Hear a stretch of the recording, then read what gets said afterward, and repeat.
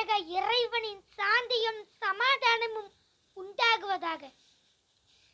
ஏவுகணைகளை விண்ணில் ஏவி அறிவியல் வித்தகனாய் அவனியில் உலா வந்து இந்திய விஞ்ஞான வளர்ச்சியின் தந்தை எனும் சிறப்பு பெயர் பெற்றதோடு உலக அரங்கினில் இந்தியாவை பெருமிதத்தோடு தலை நிமிரச் செய்த தன்னிகரற்ற தலைவர் டாக்டர் ஏபிஜே அப்துல் கலாம் அவர்களை பற்றி உங்கள் முன் கூற வந்துள்ளேன். இவ்வுலகில் வாழ்ந்தவர் கோடி, மறைந்தவர் கோடி.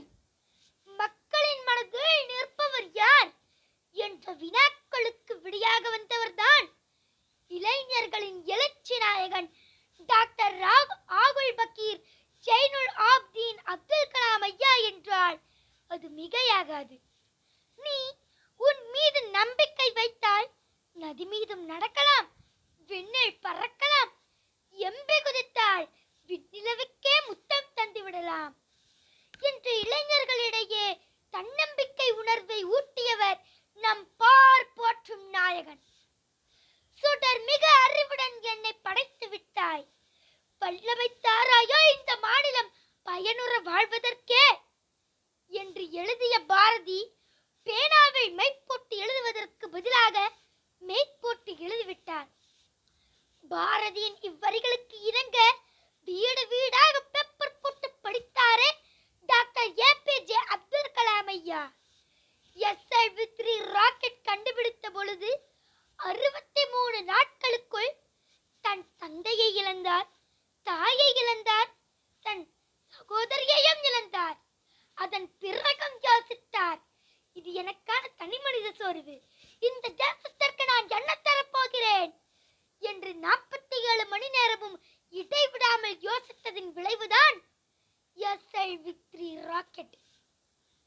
இவரை போன்ற தன்னம்பிக்கையும் பணிவான குணமும் தன்னடக்கமும் உள்ள மனிதர்களை காண்பது அரிது.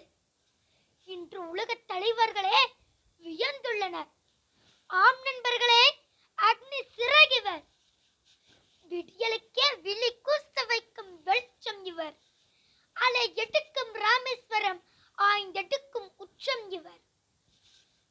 வறுமையால் வளர்ச்சிக்கு பூச முடியாத கருமை என்னும் கூற்றை மெய்ப்பித்த பெருமை இவர்.